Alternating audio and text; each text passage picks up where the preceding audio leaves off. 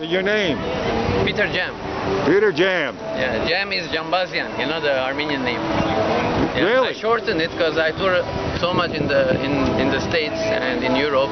So to make for people easy, so peterjam.com, it's easy. peterjam.com, and you describe yourself. Who are you? What do you do? I'm an artist, music composer, singer, songwriter, and also a global rights activist. And I tour around the world, try to inspire more people so that we can defend and ask for our rights, because there is no hope that other than power of the people will get the rights.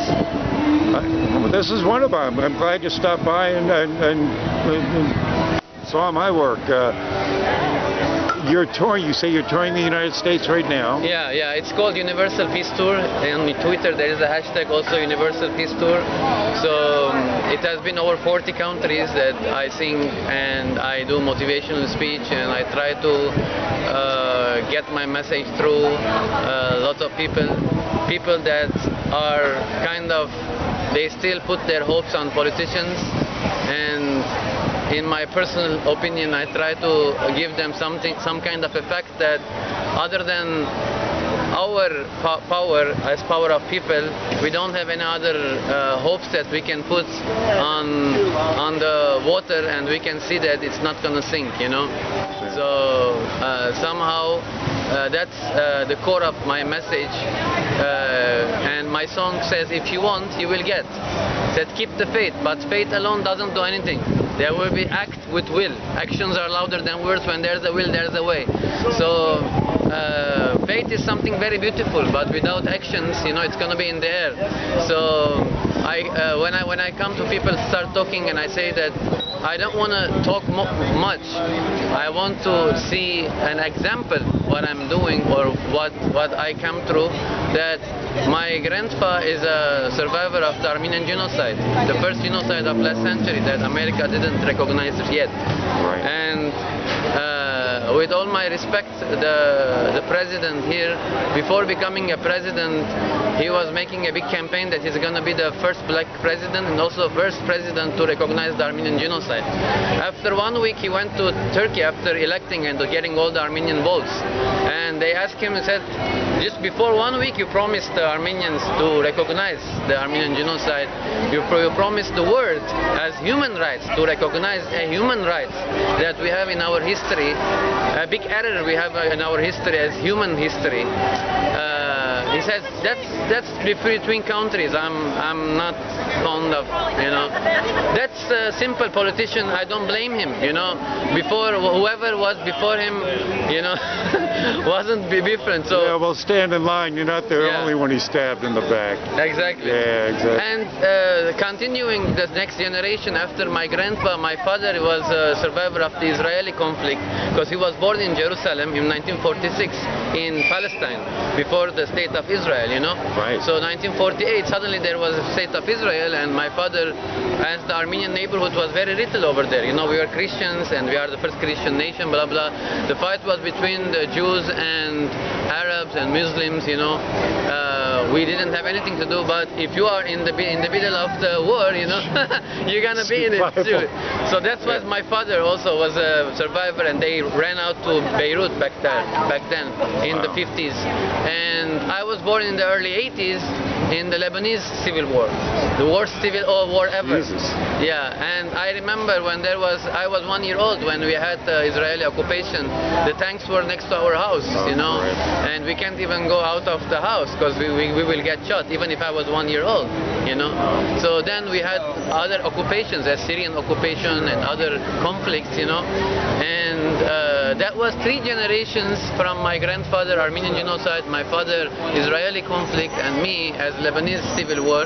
3, you know, big disasters passing by. I stand up and I say, I have to be an example. I have to go around the world and tell people that we need your help. You know, we will be all standing together. We are one human family.